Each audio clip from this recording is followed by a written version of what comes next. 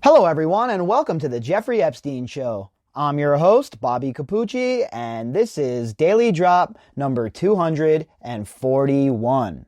We're going to keep talking about Ghislaine Maxwell tonight, and I've seen the question several times come through my email, wondering why Ghislaine Maxwell would leave Paris to come back to America. And in my opinion, that's an easy answer.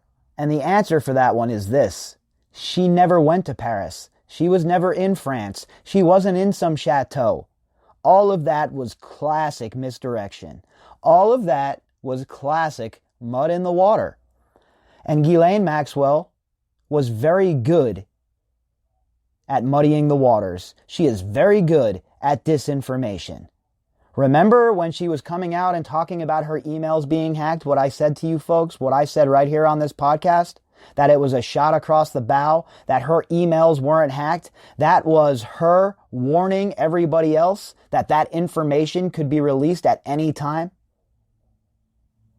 Remember when I told you her comments that she was bringing to the Sun via Laura Goldman were all shots over the bow aimed at Indike and Khan, etc., etc.?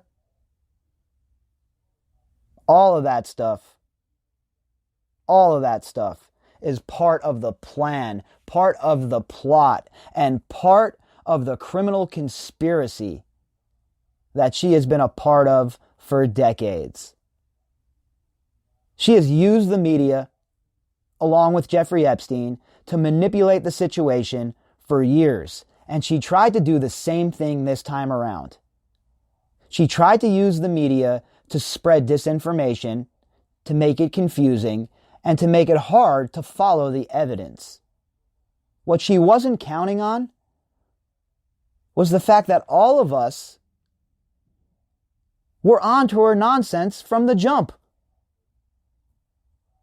There was no way that she was going to be able to manipulate this situation this time around. Especially because she didn't have any of the parasites in the legacy media lending her cover anymore. So she was forced to go to the Sun via Laura Goldman to try and get her disinformation out. And there was no way I was buying any of that. None of it. Not from the start, not to the end, none of it. I knew she was never in France as far as recently goes. I know that she was not hiding out in Paris. It just didn't sit right with me. Something stunk. Something did not make sense with her going to Paris like that. New Hampshire? That sure is a long way away from Paris and a whole different kind of lifestyle. Let's jump into the article and see what the Daily Mail has to say. This article, Daily Mail, headline, Ghislaine Maxwell asked her realtor about flight patterns over the $1 million New Hampshire hideout, bought it anonymously with the help of a mystery British tech firm owner, and none of the tiny town's 1,600 residents knew she was there. Just from that headline alone. Look at this headline, opposed to the one from the Sun with the report about her being in Paris. How she's shopping and she's being flashy, people know who she is, she's wearing her sovereign ring. Classic disinformation. Meanwhile, she's hiding out in New Hampshire in a town of 1,500 people where nobody has even seen her. The author of the article is Karen Ruiz and Martin Gould. Ghislaine Maxwell bought her $1 million New Hampshire hideout with the help of a mystery British tech firm owner and had asked about the flight patterns over the home before purchasing it with cash under an LLC, the broker who sold the house has claimed. Yeah, that doesn't smack of money laundering. That doesn't smack of financial crimes. Where did she get the money? Was the money proffered through the criminal organization? And if so, well, that is now also seized, and that should also go to the survivors.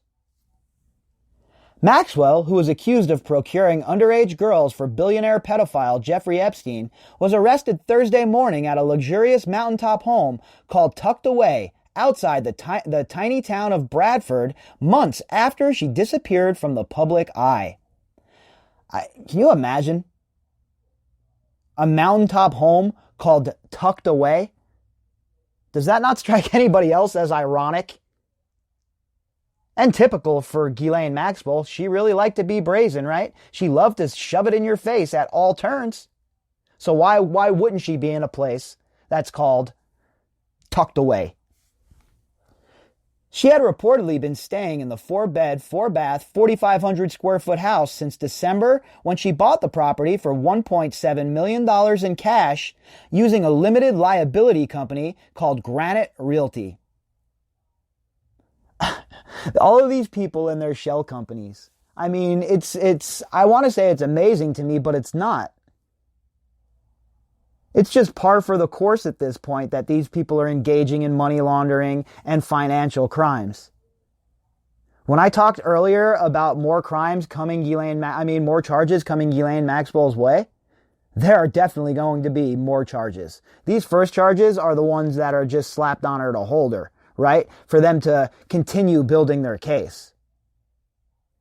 But the serious charges, the ones that are going to carry serious weight and a serious penalty and some real power behind them, oh, they're on their way. The broker who sold the home told Daily Beast she never met Maxwell but attended the house inspection with a British man who she assumed was her husband. The man allegedly told the agent he had recently sold his tech company and was looking for a new place in the U.S., she said. Well, I guess we better start looking for English rich folk who just sold their tech company, huh? The broker, who was not named, recalled thinking a celebrity was moving in after they refused to put Maxwell's name on the paperwork and ask questions pertaining to privacy. I mean, the pictures of this place knock your socks off. This is a dream home. This is an absolute dream home. And this disgusting bipedal serpent had the means to purchase this home, was able to purchase this home through an LLC via cash. They said they didn't want her name known, so I thought it must be a movie star, the broker told the publication. She wanted to know what the flight patterns were over the house, which was very strange. Yeah, well, when you're a spy engaged in spycraft, it's not strange at all. Ghislaine Maxwell, remember, she was a pilot. Remember, we're not talking about just some madam, okay? We're not just talking about some lady who just procured girls for Jeffrey Epstein. We are talking about somebody in a leadership role. Somebody who, when they're charged, must also be charged as somebody in a leadership role. The massive house is a quarter of a mile up a steep dirt road and sits behind a locked metal gate that prevents cars going up a driveway that leads to two buildings. They really love these kind of places, huh? Reminds me of Zorro Ranch. When you pull up the Zorro Ranch, you got this gate and it leads up this dirt road to these, houses, this complex of houses for like the staff and guests, etc., etc. And Ghislaine, taking a page out of her buddy Jeffrey's playbook, again, has the same kind of situation, but this time in New Hampshire. Residents of the sleepy town of 1,600 people have described the area with little cell phone reception as the perfect hiding place, as some said they couldn't recall ever seeing Maxwell in the neighborhood. That's kind of crazy to think, right? Who was bringing her stuff? Did she have to go food shopping? Was she getting it delivered? Was it contactless delivery? Then again, if you're on the lam and you're running from the police, you're running from the feds, you're running from the lawyers of people who are accusing you of crimes, the pandemic and COVID gives you perfect cover to stay home and keep out of sight, right? So she was using this to her advantage. For her to be back there, it's a little spooky, resident Nate Herrick said. I can't think of a better place to hide than that road. And this is a resident of the little town where she was hiding, saying that is a perfect place. If you want to hide from somebody, you want to hide from people, that is the place to do it, according to Nate Herrick, a resident of the town. Several locals who spoke to the media in the wake of Maxwell's arrest said they were shocked to hear the news because the rural town was in the middle of nowhere. And again, there were a lot of people that were saying that Maxwell needed to be in a city, that she needed to be around the hustle and bustle. She's a socialite at heart. She's this, she's that. And while I agree with all of that, my gut told me her instinct of self-preservation would be much more important than hobnobbing. And that's what this was. She was like in big time self-preservation mode here. No cell phone service, etc., etc. One woman admitted they didn't even know who Maxwell or Epstein were, telling the Daily Beast, "We keep our noses out of other people's business." That's such a failure on the legacy media's fault. I don't care if you live in Timbuktu. If you live any place with the internet, if you live any place with any sort of cable TV, you should know who Jeffrey Epstein and Ghislaine Maxwell are. Just another way that we can see how the legacy media failed not only us as citizens, but mainly these survivors. Bradford, of all places, shocked, seriously shocked, because nothing really happens around here. Nothing. It's a quiet town, Christy Dunn, another local, said. And again, that's the perfect place. If you're on the lam in the middle of a pandemic and you have some means, a few bucks to, buy a house like this and hide away, why would you not do something like this? You don't want to run around the streets of Paris. A neighbor told DailyMail.com he saw two small planes buzzing the area around 6 a.m. Thursday, but he had left for work before the FBI arrived. So those planes were probably heat-censored planes, right? They're probably checking out the area, getting an account on who was where in the house to provide information to the ground team that's going to make the arrest. That's usually what those planes are for. A man with a British accent came from a second building and asked DailyMail.com to leave, claiming we were trespassing. He described himself as the estate manager. Well, cool. Since he's the manager, maybe he can answer some questions, huh? Trespassing. These people are unbelievable. If I was the manager of this estate and these disgusting people bought it from me and then the FBI raided it and put all of this stink on the name of my housing area, oh, I'd be pissed. I'd be talking to the Daily Mail. I'd be talking to whatever newspaper wanted to talk to me so I could MF these people up and down the neighborhood. Are you kidding me right now? You're trespassing. What kind of garbage is that? Realtors called it a stunning custom-designed Tudor frame home, saying it was an amazing retreat for the nature lover who always wants total privacy. From every room there are views, or the Sunapee foothills to the west, the realtor gushed. Sounds like a fantastic place to live.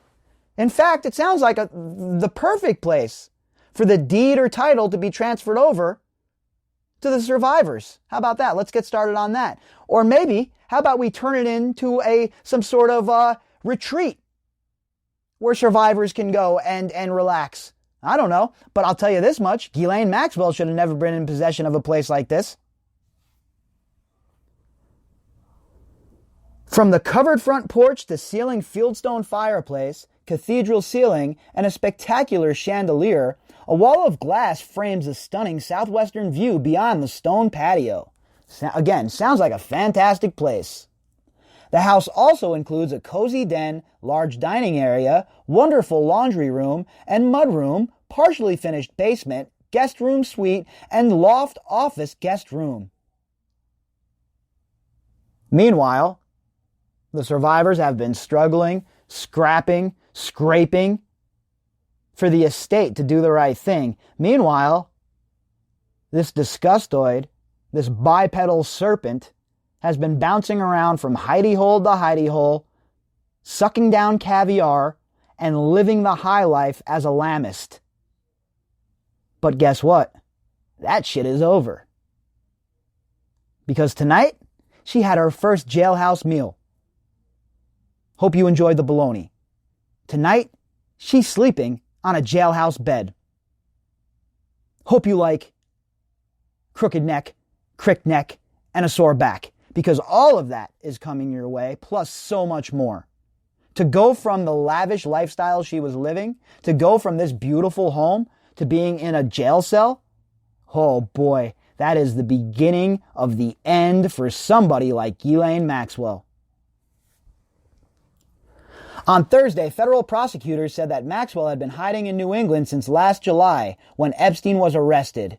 Now remember, there was the talk that she was at Manchester by the Sea at Scott Borgenson's house. We'll get into that a little bit more later on tomorrow. We'll talk a little bit more about Scott Borgenson, but he better answer some questions too. Because from where I'm sitting, this man was aiding and abetting Ghislaine Maxwell, a federal fugitive. She changed her phone number to one registered under GMax, changed her email address, moved at least twice, and when she ordered delivery packages, had them delivered to a different name which they did not specify. What is she, Michael Vick from back in the day? The name Ron Mexico? That was Michael Vick's, his AKA. Ronnie Mexico. I can only imagine what Ghislaine Maxwell had as a nom de jour. In a court document arguing that she should be refused bail, prosecutors said that she had at least 15 bank accounts which she owned or was associated with in the last 4 years. 15 bank accounts. Boy, are they going to have a field day going through those bank accounts, going to see where those deposits came from, where she sent money. And if any of that money can be tied to ill-gotten gains, it will all be seized.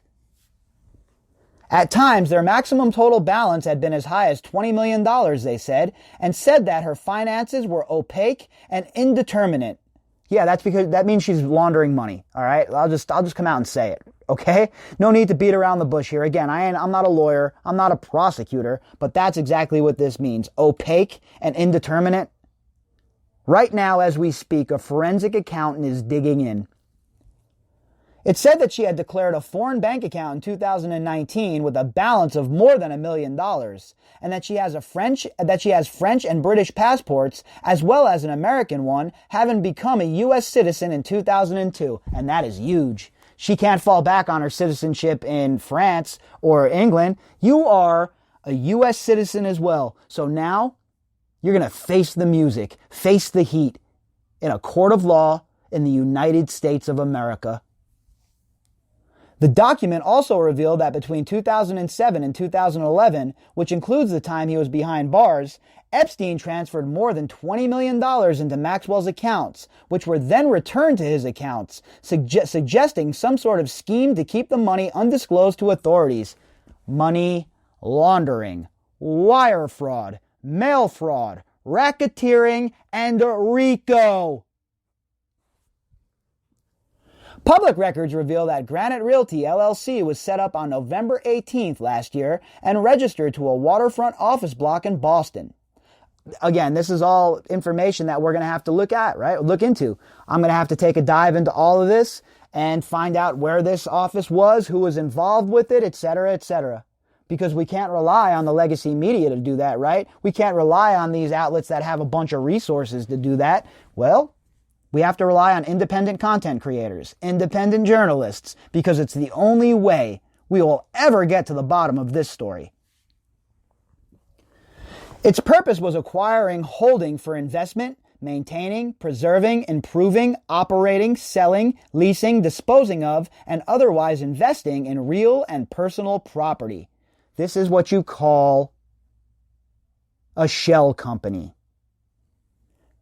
The entity's sole piece of business to date was the purchase of the luxurious Bradford property on December 13th. She bought this property on December 13th, folks. The only individual listed in public documents as having any involvement in Granite Realty is Jeffrey Roberts, an attorney whose firm Nutter, McLennan & Fish, LLP, is based in the same Boston building. Well. I guess that Mr. Jeffrey Roberts of Nutter, McLennan & Fish, LLP, might have some questions that he needs to answer. According to the company's website, Roberts specializes in real estate planning for high net worth individuals, acting as counsel to executors, trustees, and conservators, advising on tax planning and charitable giving, and negotiating prenuptial agreements. Roberts has not yet responded to a request for comment. Yeah, I highly doubt he's going to be responding. I'm sure he is getting bombarded with requests right now. Bombarded. Richard Yaspin, the former owner of Tucked Away, has not responded to a similar request, nor have the two realtors involved in the sale. Special Agent William Sweeney said at a press conference Thursday that the FBI swooped in the morning after discreetly keeping tabs on Maxwell for some time and that she recently moved to the property. Remember a few weeks ago I told you folks it felt like something was about to happen? That there was something amiss, something bubbling behind the scenes? When we heard about the MLA with Andrew, I told you that that kind of stuff doesn't happen in a vacuum. And here we are. There was stuff going on behind the scenes. And I believe there is still more. I believe more arrests are imminent in this case. And I believe that you will see that this was not some conspiracy theory thought up by some crackpot. What you will see here is an obvious cover-up of epic proportions that spanned continents. Agents moved in this morning. No other circumstances surrounding her arrest are known. She is due to dial into a conference call court appearance later this afternoon. It is unclear whether she is currently or where she'll go after the hearing. Now, a lot of these people end up at MCC. I have a funny feeling that I don't think we're going to see Ghislaine Maxwell at MCC. I don't have any sort of inside information on that or a source. It's just my gut feeling. I think that they're going to be very cautious where they put her, and I think that she is going to be under heavy duty guard. A grand jury recently returned a sealed 6-count indictment against her, which accuses her of enticing underage girls to travel for sex, actually having sex with them, and Epstein, and later lying about it under oath in depositions when she was being sued by Virginia Roberts, one of Epstein's survivors, who says she had sex with Prince Andrew when she was 17. The charges relate to incidents that happened between 1994 and 1997 and involve 3 unnamed victims, the youngest of whom was 14. The alleged abuse happened at Epstein's homes in New York, Florida, and New Mexico, and at Maxwell's home in London. All of those places should open up investigations that run concurrently with the federal investigation as well. If I was the Attorney General of New Mexico, I would be at Zorro Ranch right now with warrant in hand, kicking in the door and shaking some trees. You never know. Maybe something is still there. But at the very least, raid the damn place. File some charges. Epstein has been accused of abusing dozens more girls, and Maxwell is associated with decades of alleged horror because, the accusers say, she was always by his side or making arrangements for him and them, and taking part. Let's remember that. Maxwell, the British socialite daughter of the late disgraced newspaper tycoon Robert Maxwell, whose impressive international network of friends and acquaintances include the Clintons, has been ghost since Epstein was arrested last June on charges of sex trafficking. She is who introduced him to Prince Andrew and set up the 2001 London night out when the royal allegedly had sex with Roberts. And I've said this a lot too, folks, and a lot of other people have said this too, a lot of really knowledgeable, credible people. Ghislaine Maxwell had a leadership role here. In fact, she might have even been the shadow boss. She was not just a madam. She was not just a procurer. Let's get off of that. And let's start talking about the real story here. On Thursday, acting U.S. Attorney Audrey Strauss said the investigation into Epstein's decades of abuse is ongoing and that she'd welcome Prince Andrew coming in to provide a statement, prompting speculation that he may among people investigators may focus their attention on next. And I told you this too. I knew that was the case. The FBI don't make statements the way they did with Andrew if he's just a witness. That's the predicate to get him into their clutches, and then they'll tear him into shreds. That's their plan anyway. If his legal counsel is stupid enough to let him sit down with the FBI, oh, he's going to get thrashed. We would welcome Prince Andrew coming in to talk to us. We would like to have the benefit of his statement. Our doors remain open. We would welcome him coming in and giving us an opportunity to hear his statement, she said. It opens the door to questions of jurisdiction and whether or not U.S. Attorney Strauss may charge for alleged incidents that happened in London and not America. Among the claims in the indictment is that Maxwell groomed one of the survivors in London.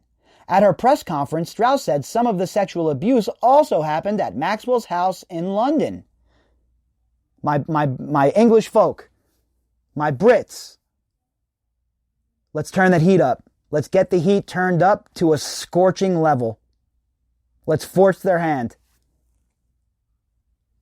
The charges against Maxwell are conspiracy to entice minors to travel to engage in illegal sex acts, enticement of a minor to travel to engage in illegal sex acts, conspiracy to transport minors with intent to engage in criminal sexual activity, transportation of a minor with intent to engage in criminal sexual activity, and 2 counts of perjury.